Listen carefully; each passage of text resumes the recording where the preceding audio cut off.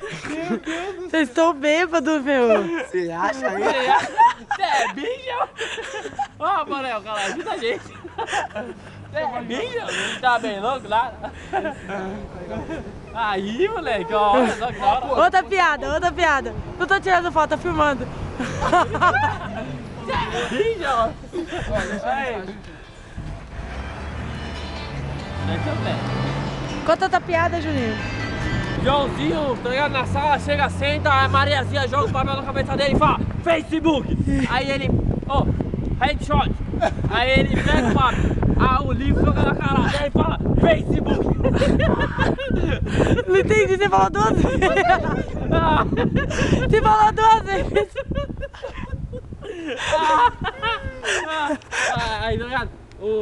O caboclo desconfiado que a mãe dele tá traindo ele, tá ligado? Chegou lá, ficou trepado no pé de manga.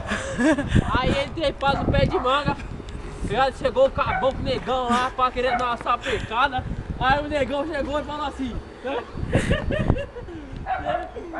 Chegou, jogou duas mangas, esperou ele sair.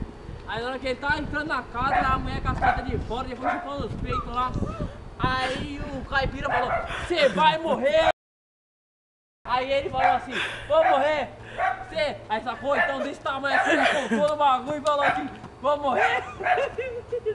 Aí ele falou, vai morrer! Que chupa manga e toma leite, mata!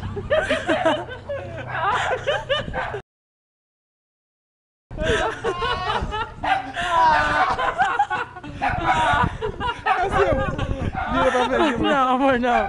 Tô filmando desde tempo. Se lascando.